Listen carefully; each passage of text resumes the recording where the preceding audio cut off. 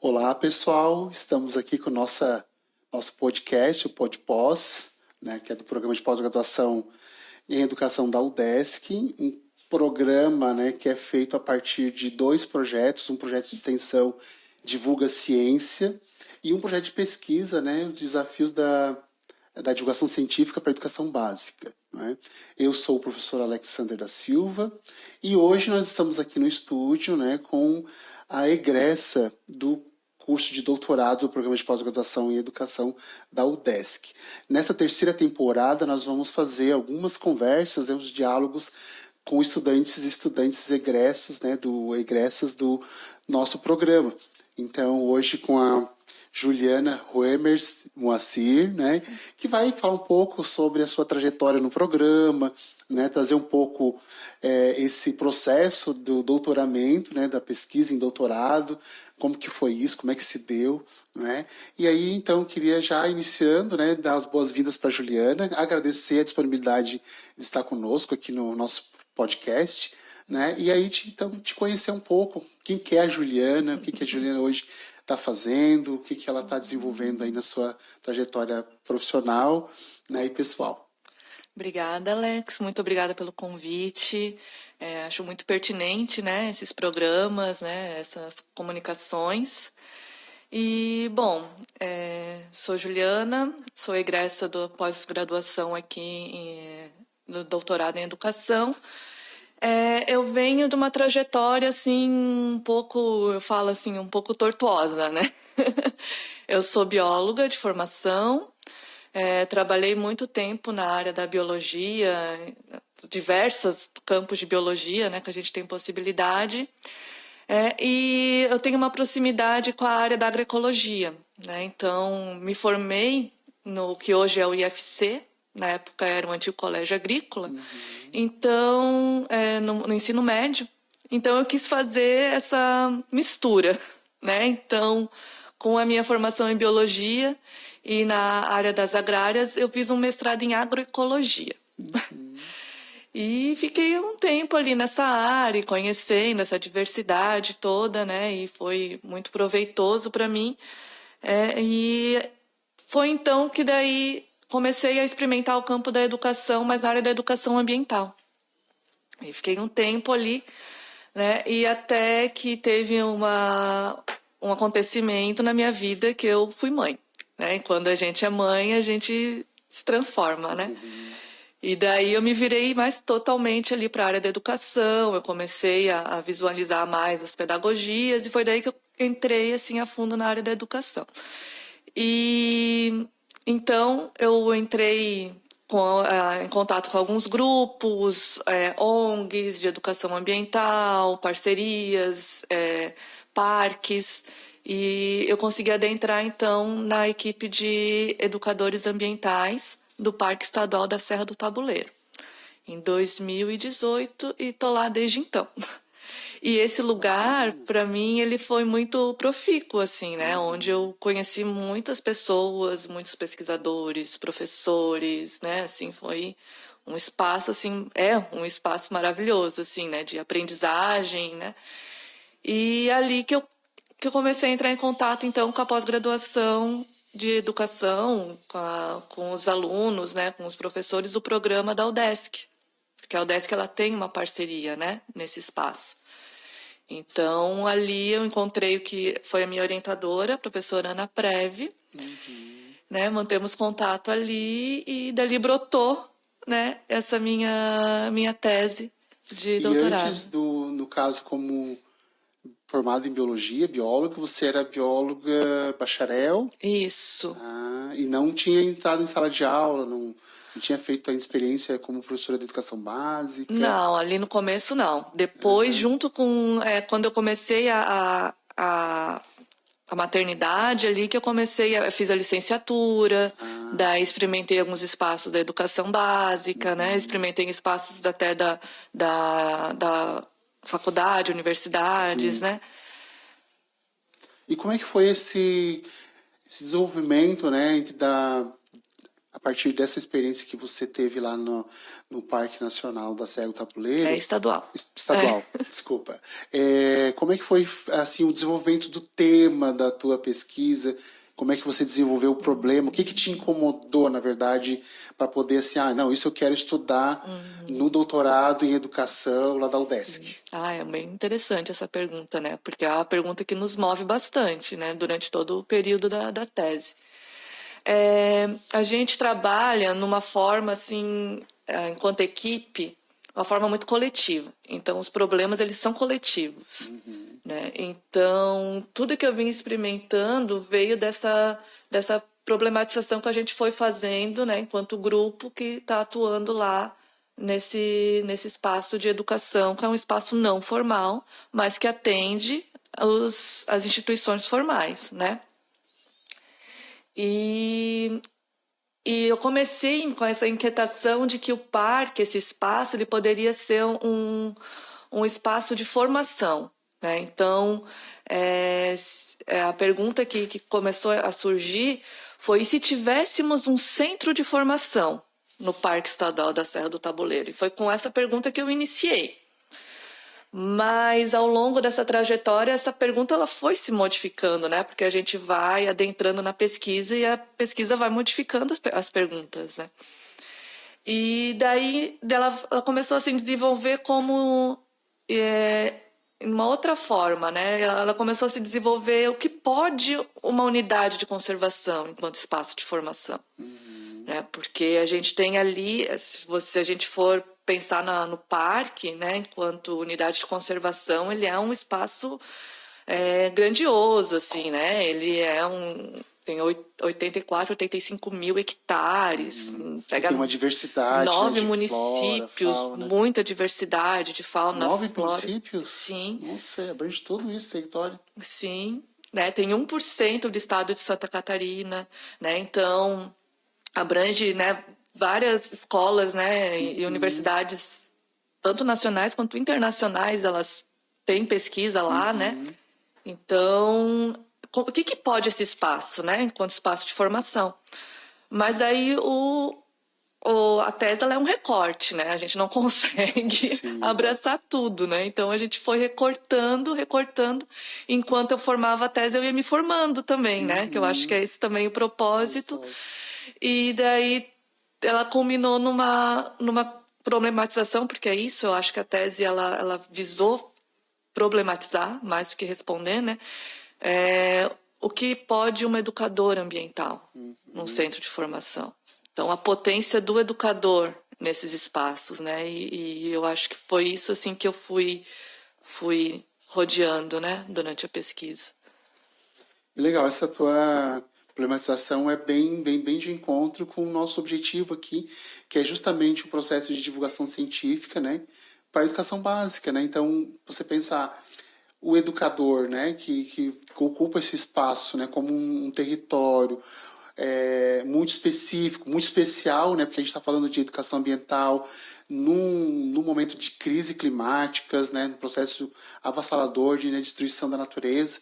E aí tem esse espaço em que você tem a oportunidade de fazer a formação, a autoformação e a formação das futuras gerações, né? Porque, como você falou, visitas em várias escolas, né, vão fazer ocupar esse espaço, conhecer lá aquele lugar. Eu não tive a oportunidade de conhecer, a minha esposa já esteve quando a gente morava aqui em Florianópolis, né, ela trabalhava numa escola que fizeram um tour, né, que a gente diz uma visita técnica lá e com os alunos, e foi bastante interessante pelo relato dela.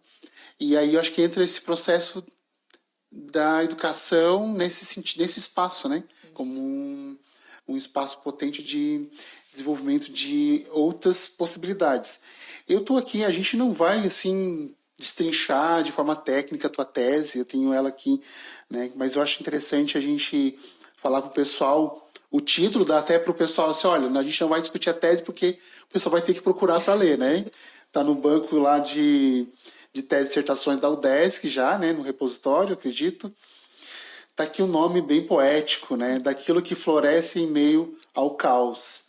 Experimentações, artesanias e artesanias em educação ambiental. A gente estava conversando um pouco sobre esse conceito, né, artesanias. Então, como é que se dá essas experimentações, essa artesania da educação ambiental nesse espaço? Ai, muito legal.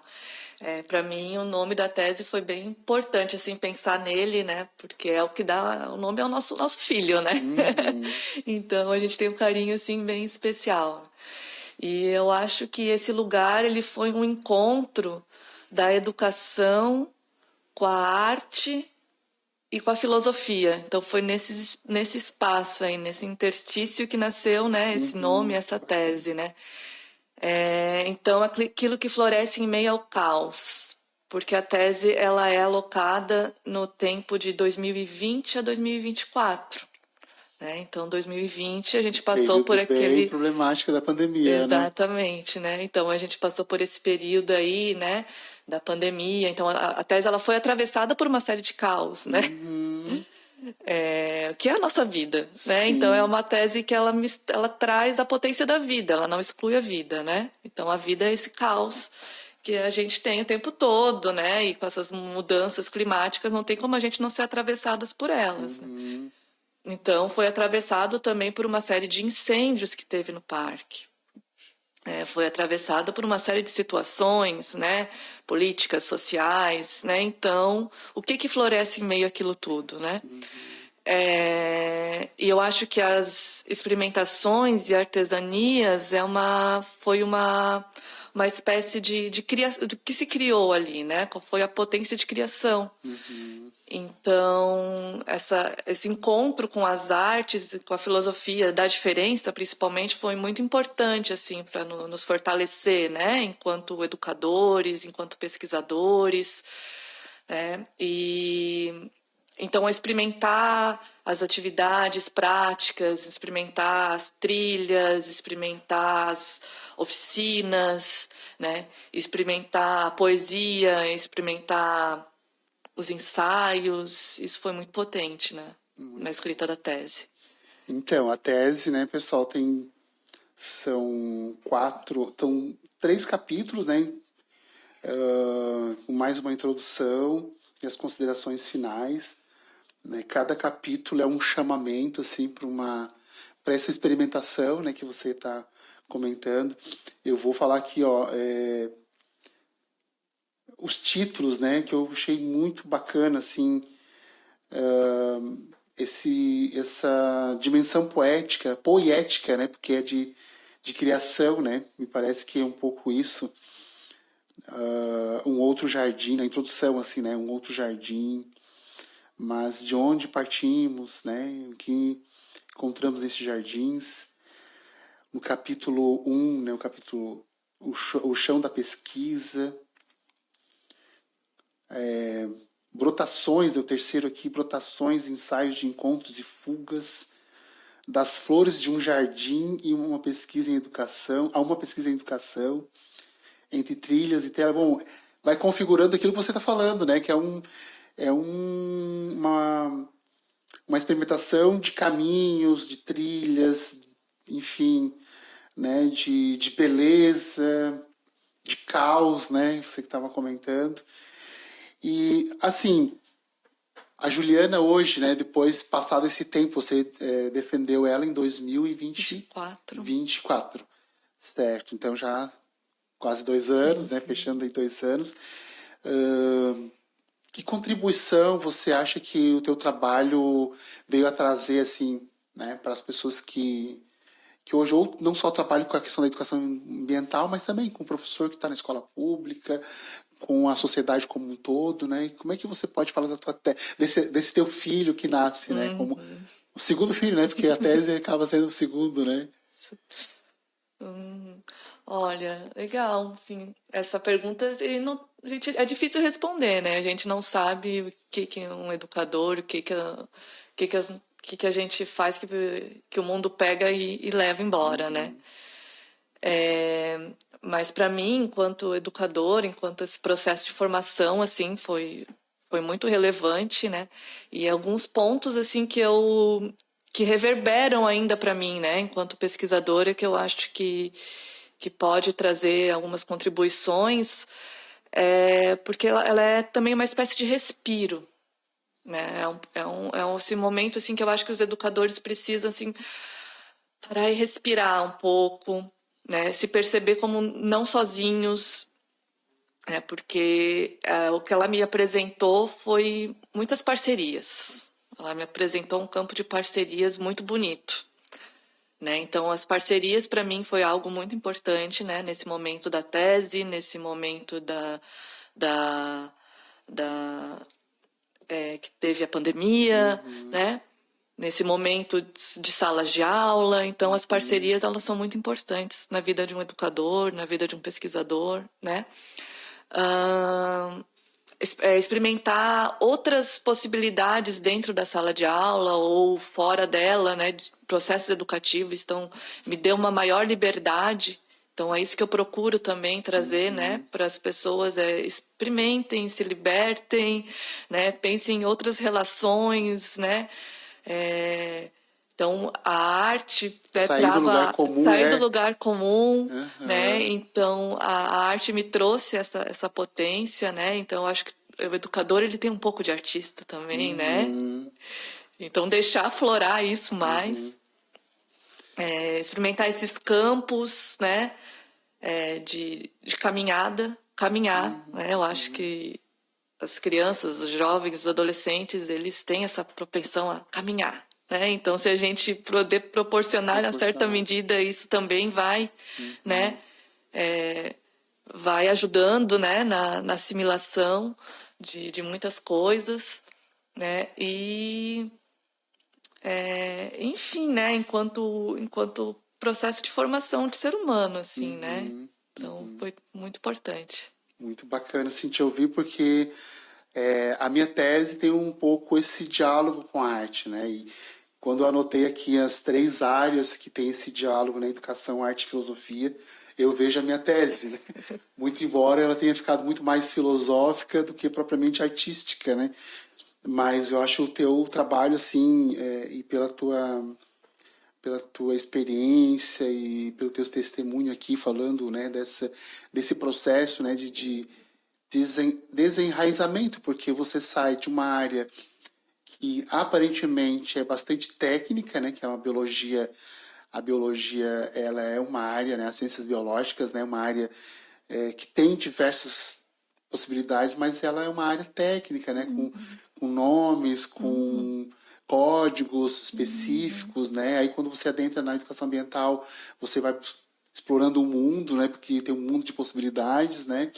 E de repente você se vê na educação. E aí eu acho bastante bacana você falar desse processo, né?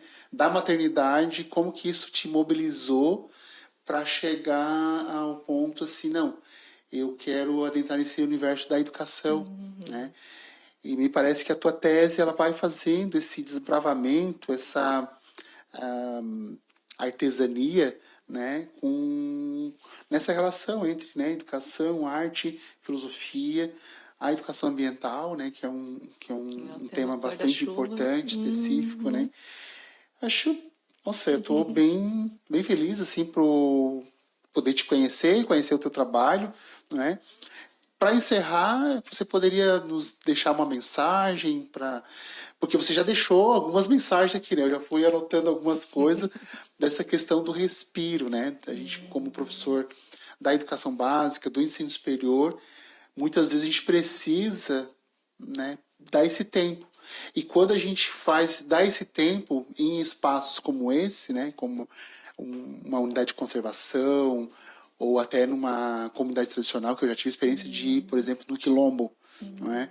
Uma comunidade quilombola no extremo sul, e levei a minha família, né? Levei meus filhos, minha esposa, a gente foi fazer uma pequena trilha, não tinha ainda muita experiência, né, de estar nesse espaço, uma trilha guiada, e foi, para nós, assim, foi um excelente momento de respiro, de educação, de formação pessoal, né, de conhecimento de uma realidade, ou seja, de um olhar de alguém que conhece o território, que tem uma história, né, de luta e resistência, acho que é bastante importante.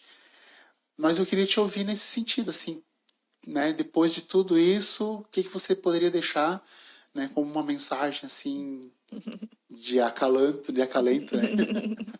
Ai, que legal. Obrigada, Alex, pela pergunta. Então, nos meus trabalhos, né, eu procuro sempre promover, assim, né, esse contato com as naturezas, né?